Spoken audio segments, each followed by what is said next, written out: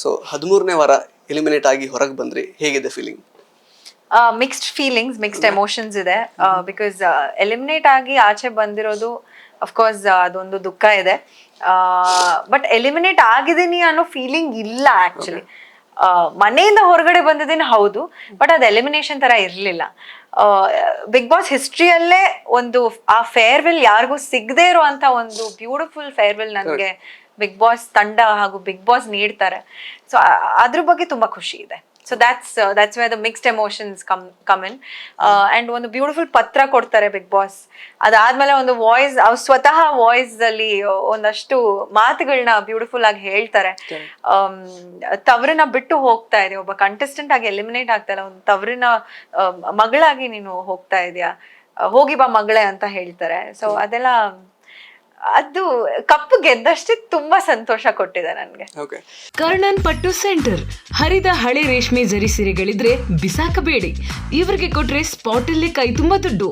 ಇನ್ನು ಡೀಟೇಲ್ಸ್ ಬೇಕು ಅಂದ್ರೆ 6380413916 ಈ ನಂಬರ್ಗೆ ಕಾಲ್ ಮಾಡಿ.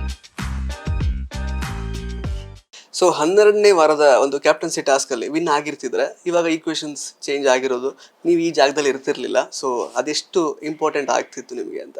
ಆ ಒಂದು ಕಲರ್ ಕನ್ಫ್ಯೂಷನ್ ಟಾಸ್ಕ್ ವಿನ್ ಆಗ್ಬಿಟ್ಟಿದ್ರೆ ಐ ಥಿಂಕ್ ಹೋಲ್ ಗ್ರಾಫೇ ಚೇಂಜ್ ಆಗಿರೋದು, ಈಕ್ವೇಶನ್ಸ್ ಚೇಂಜ್ ಆಗಿರೋದು ನೀವು ಹೇಳ್ದಾಗೆ. ಅದ್ರ ಬಗ್ಗೆ ಇನ್ನೂ ನನ್ಗೆ ರಿಗ್ರೆಟ್ ಇದೆ. ಅದ್ರಲ್ಲಿ ಇನ್ನೂ ಚೆನ್ನಾಗಿ ಮಾಡ್ಬೋದಿತ್ತೇನೋ, ಇನ್ನೊಂದ್ ಸ್ವಲ್ಪ ಕನ್ಫ್ಯೂಷನ್ ಇಲ್ದಿರಾ ಆ ಬೆಲ್ ಹೊಡಿಯೋದ್ ಮರ್ತೋಗಿದ್ದೆ, ಅದೊಂದು ಮೈಂಡಲ್ಲಿ ಇಟ್ಕೊಂಡ್ಬೇಕಿತ್ತೇನೋ. ಇನ್ನೊಂದ್ ಸ್ವಲ್ಪ ಫೋಕಸ್ಡ್ ಆಗಿ ಆಡಿದಿದ್ರೆ ಪ್ರಾಬಬ್ಲಿ ನಾನು 13ನೇ ವಾರ ಎಲಿಮಿನೇಟ್ ಆಗ್ತಾ ಇರ್ಲಿಲ್ಲ. ಸೊ ಇನ್ನು ಬಿಗ್ ಬಾಸ್, ಅದೇ ಮನೆ ಮಗಳು ಅಂದ್ರೆ ಬಿಗ್ ಬಾಸ್ ಮಗಳೇ ಅಂತ ಕರೆದಿದ್ದೆ ಫಸ್ಟ್ ಟೈಮ್ ಆಕ್ಚುಲಿ. ಇಲ್ಲಿ ತನಕ ಇಷ್ಟು ಸೀಸನ್ ಗಳಲ್ಲಿ ಆ ತರದೊಂದು ಸಿಚುವೇಶನ್ ಬರ್ಲಿಲ್ಲ. ಸೊ ಅದೆಷ್ಟು ಪ್ರೌಡ್ ಫೀಲ್ ಆಗುತ್ತೆ ನಿಮಗೆ ಅಂತ? ತುಂಬಾ ಪ್ರೌಡ್ ಫೀಲಿಂಗ್ ಇದೆ. ಪ್ರೌಡ್ ಅನ್ನೋದಕ್ಕಿಂತ ಒಂದು ಗ್ರಾಟಿಟ್ಯೂಡ್ ಇದೆ.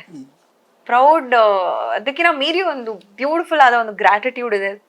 ಬಿಕಾಸ್ ಈ ಒಂದ್ ಮಾತಿದೆ, ಯಾರಿಗೂ ಇಲ್ದಿರೋರ್ಗೆ ದೇವ್ರೊಬ್ರು ಇರ್ತಾರೆ ಅಂತ.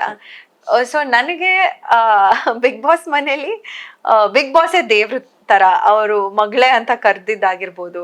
ಅಂಡ್ ಕಲಾವಿದರಿಗೆ ಈ ಕಲಾ ಒಂದು ಸ್ಥಾನ ಏನಿದೆಯೋ ಅದು ಯಾವತ್ತೂ ನಮ್ಮನ್ನ ಒಂಟಿಯಾಗಿರೋಕ್ ಬಿಡೋದಿಲ್ಲ. ಸೊ ಅದು ಯಾವತ್ತೂ ನಮ್ ಕೈ ಹಿಡಿಯುತ್ತೆ. ಸೊ ನನ್ನ ಕೈ ಹಿಡಿದಿದ್ದು ಬಿಗ್ ಬಾಸ್ ಅಂತಾನೆ ಹೇಳ್ಬೋದು. Yes, almost 10 years of journey ನಿಮ್ಮ ಅಂದ್ರೆ ಚಿತ್ರರಂಗದಲ್ಲಿ ನಾವು ನೋಡಿರೋ ಪ್ರಕಾರ. ಸೊ ಈಗ ಈ ತರದೊಂದು ಜರ್ನಿ ಅಂದ್ರೆ ನಡೀತಾ ಇರುವಾಗ ಬಿಗ್ ಬಾಸ್ ಅನ್ನೋ ಅವಕಾಶ ಬಂದಿದೆ.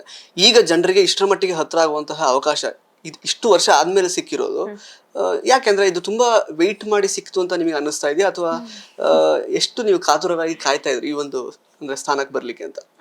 ಇಲ್ಲ, ಆಕ್ಚುಲಿ ನನಗೆ ಬಿಗ್ ಬಾಸ್ ಆಫರ್ಸ್ ನಾನು ಕಾಲೇಜಲ್ಲಿ ಇರ್ಬೇಕಾದ್ರೆ ಒಂದ್ಸಲ ಬಂದಿತ್ತು.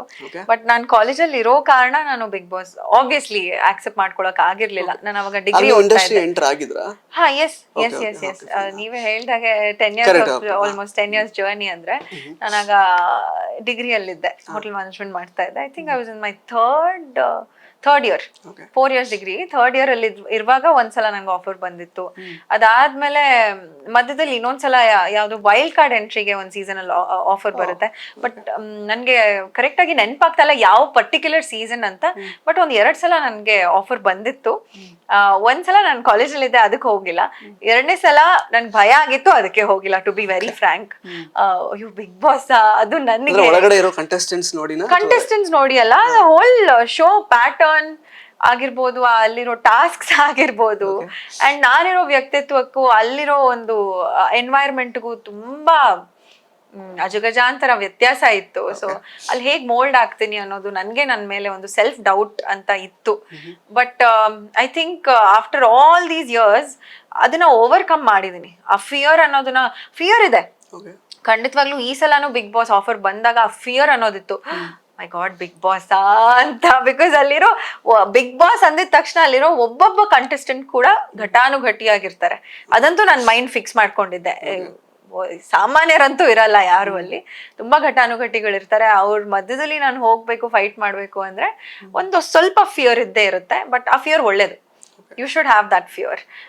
ಬಟ್ ಅಪಾರ್ಟ್ ಫ್ರಮ್ ದಟ್ ಅದನ್ನೆಲ್ಲ ಓವರ್ಕಮ್ ಮಾಡಿ ಮುನ್ನುಗ್ಕೊಂಡು ನಾನು ಓಕೆ ಅಂತ ಹೇಳ್ದೆ, ಹೋಗಿ ಬಿಡೋಣ ಈ ಸಲ, ನೋಡೋಣ ಅಂತ.